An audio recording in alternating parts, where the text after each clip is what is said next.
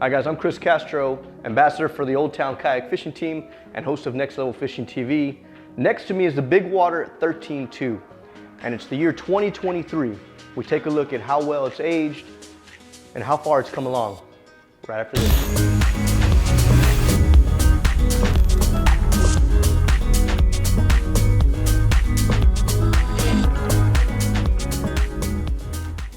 Now some of you all watching, or perhaps I should say Old Town enthusiasts, remember the first generation of this kayak. The Predator 13 was basically one of the biggest game changers in the pedal industry for more reasons than one, if you really think about it. For sure it was a great kayak, but it really came down to that drive and how well it was going to sustain against other competing drives, and it did an absolute killer job. Durability, how long it was lasting, customer service, everything was just right for the Predator series. Fast forward a few years later, and we have a rebranding. The Predator, now known as the BigWater, BigWater 13.2 to be exact, takes a sort of an upgraded approach, and that year, before a bunch of inflation began to kick in, the prices actually dropped, which was crazy. I never understood how they were able to get away with that. The only downgrade that I could point out would just be the material of the rudder. They went from an aluminum to a plastic rudder, but that was really about it. They technically upgraded to where I figured the cost was sort of offset and we just get the same price. That didn't happen. We got a better price, and this is basically the aftermath of that, and it still has not taken many changes just because it's been so tried and true. And it has a huge fan base, and you can get down and dirty with these drives. Now, this video is not about me boasting up Old Town and talking about how great it is and how much better it is than these guys and what it can do that these guys can't do. Not about that. This is about the BigWater 13.2 in 2023 and how well it's done sort of unintentionally to stay with the times and still offer what we want in 2023. A 9-pounder. 5 years ago, it was all about manpower. Pedal, paddle, we all have our differences. Known for their teeth, so.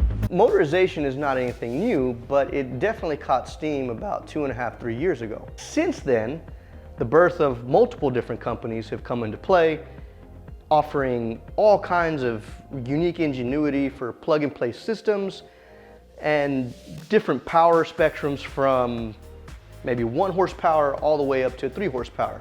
Where we draw the line in the industry and the future, I have no idea. That is going to be up to the consumers on where do we stop in regards to speed on a kayak. Now that being said, the Old Town BigWater 13.2 hasn't changed anything in regards to environment. It's designed the way it's designed, but it did include some beautiful features that eventually actually ended up paying off when installing or upgrading motors down the line. So for this video, we'll start from bow to stern. A lot of the stuff you probably already know about, but I'm going to show you guys the way that I've rigged it up. I'm a very simplistic fisherman. I'm going to show you guys an exact clearance of the drive and some variables that need to be put in play. We'll go into the middle of the cockpit, show you guys some of the upgrades inside the actual cockpit. I've got a crate system in the rear, and at the stern, I'll show you guys what I've updated as far as motorization and how I've sort of brought this kayak up to speed in regards to 2023. Let's go. Starting at the bow handles for the BigWater 13.2, they stay as true as they have since Gen 1. Front bow hatch design also remains the same as it has in the last few years. Simple and easy to access even with one hand, it remains one of the driest hatches to this day, even in big water offshore settings. Inside you have plenty of additional storage, and still you get the dry battery pouch for running those internal electronics, as many enjoy doing. Moving our way towards the cockpit, nothing has changed in regards to how the drive sits, and I don't blame them. If it isn't broken, don't fix it. And for those new to Old Town, we'll take a better look at this.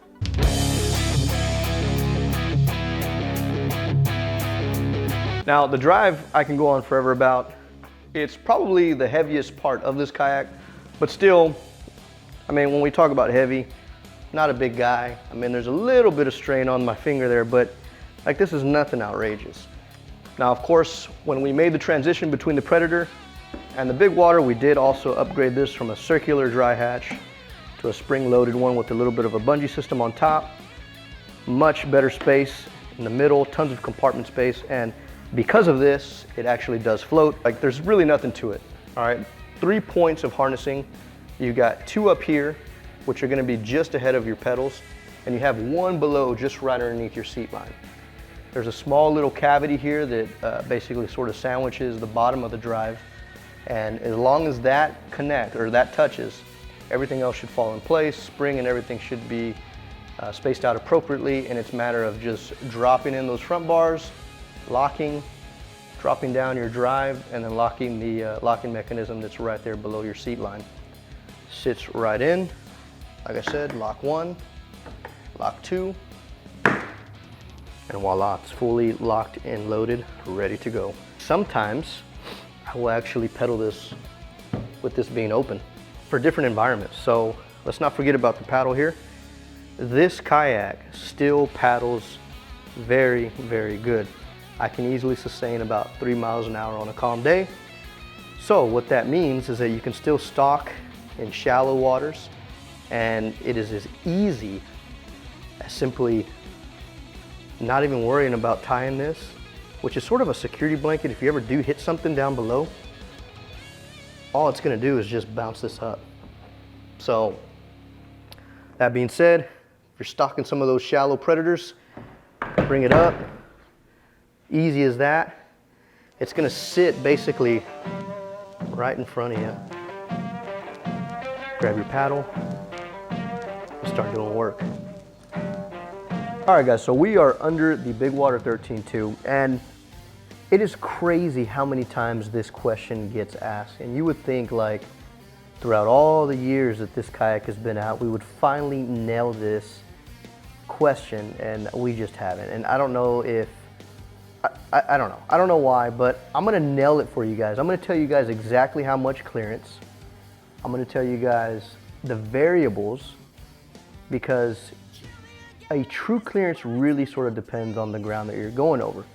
So before we even get to that, let's take out the handy measuring device and let's talk about the very, very bottom of this bow.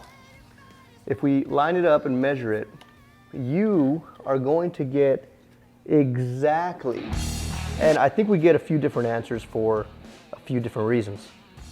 So the bottom of this drive is, it's different from up here to up there. I think some guys, you know, they'll just measure it right there and they'll say 12 inches, and you come back over here and you'll get exactly 13 inches. Or they'll hit it in the middle and say 12 3/4. So to be absolutely honest with you, from the lowest point to the bottom of this, you're gonna get 13 inches. That's your deepest dig off of this drive. Keep 13 inches in mind though, because we're gonna also come up here. Now the reason I'm gonna come up here is because you also have some additional things to think about. When I'm typically on this kayak, the water line is right below the actual graphic here that says Old Town Sportsman. So when you run those numbers, you're looking at about an extra 1.5 to 2 inches. And there's some room to play there depending on how heavy of an angler and how many items you have, basically essentially how much weight you have on this kayak. Okay, so because I'm enjoying actually just kind of laying down here with you guys, I'm going to talk about the total clearance. And we'll begin it with this. So if you are in a sort of a muddy backwater creek, a lot of mud, I have rode this kayak in less than a foot of water, because realistically, you know, the very bottom of this is gonna obviously slice through mud and give a little bit of clearance for your prop. If the mud is really drawn up, you can easily get away with 8 inches, 8 to 10 inches with this kayak. But if you're obviously on hard sand, you know, this is gonna hit on impact and just basically stall you out. So you're gonna need to basically pull up this drive and begin paddling. That could happen, like I said, probably let's take the 13, let's add 2 inches So I would say comfortably about 15 inches on hard surfaces, you will probably want to go ahead and start pulling up that drive. If you're in mud situations, I'm going to say between 8 to 10 inches, as that has been my experience. Now, I'm not going to lie to you guys, I have actually probably pushed this in 6 inches muddy, but I just don't recommend that. Now, this is a phenomenal drive. It's very easy to maintain. You pop this nut off in the back, pull it out, and you just rinse it off with fresh water. There's nothing to these drives as long as you rinse them off with fresh water at the end of the day. Now, if you're wondering about this, I have not treated this seat the best. So I actually, when I've got my other kayak, I sort of got off this kayak for about 6 months. I made the mistake of leaving this outside, and because of the result of that, and our heat down here in Texas, it does not take much for these sewed threads to undo. They will disintegrate if they just sit out there in high heat in different weather environments. And so I took her out and I pretty much just sank through it. Now, this is just, it actually works, believe it or not, but I'm in the process of getting a new seat or probably even repairing this one. We'll see what's best. At any rate, our side plates are still the same. Really, really do love these plates. Now, the cockpit of this kayak is just great, man. The drive really doesn't get in your way. As you're pedaling, you know, it just doesn't take much. You just stop what you're doing. You have a really nice platform here with the EVA foam, and it feels great. You don't feel like you're gonna slip. Your grip is nice, everything's great. You got plenty of room underneath. You've got a little pocket in the middle, and it does only have a high seat position. You have an additional storage right here in the back, which I don't really use much, but if you're the type of person who likes to sort of micro pack, or maybe you just don't have a crate like this to where you can store maybe food or goodies, you know, if you don't have any of that, this may come into good play for you. So in regards to the BigWater 13.2 and how it has sort of come into the future, the now, and how it's sort of adapted throughout the test of time, I think it's done a phenomenal job. It's still a very fast kayak. As a matter of fact, it's probably the second fastest next to the Salty PDL that is actually a sustainable speed in all of its fleet. So you still find quite a bit of guys purchasing this kayak. It's, you know, I couldn't really tell you the exact numbers, but I would be willing to bet that this is one of their top sellers across the nation just because of its diversity. I know a lot of bass guys that use it. I still know a lot of offshore guys that use it. And even in the shallow stuff, man, just because it can translate and transform so quick to disengage the drive, go into a paddle setting, and still be a good paddling kayak, it says a lot, you know, and it can still put you in a lot of different situations.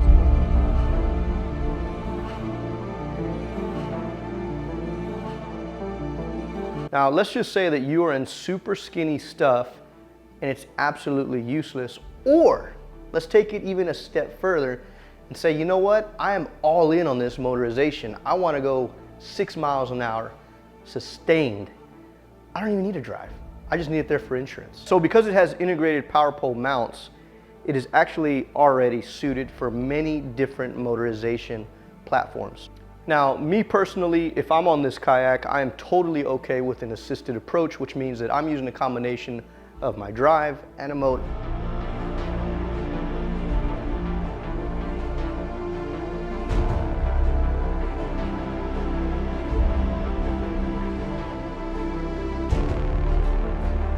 So that being said, I'm a very simplistic angler. I'm okay with going 5 to 6 miles an hour with an assist. And because it's on the rudder, I'm still able to use the kayak as far as turning as designed. So is the BigWater worth your money in 2023?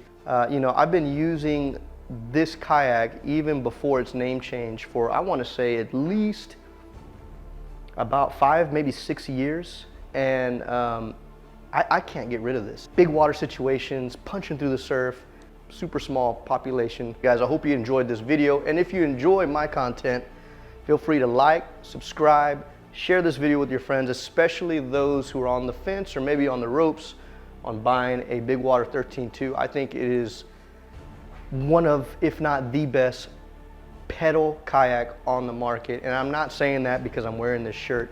I'm saying this because I have supported this brand before I got this shirt. This is a result of believing in something. My name is Chris Castro, host of Next Level Fishing TV, and now ambassador for Old Town Canoe and Kayak. Guys, I hope you all have a wonderful and safe year. 2023 is gonna be great, and I'm looking forward to sharing some of the best kayak fishing footage you can find on the webs.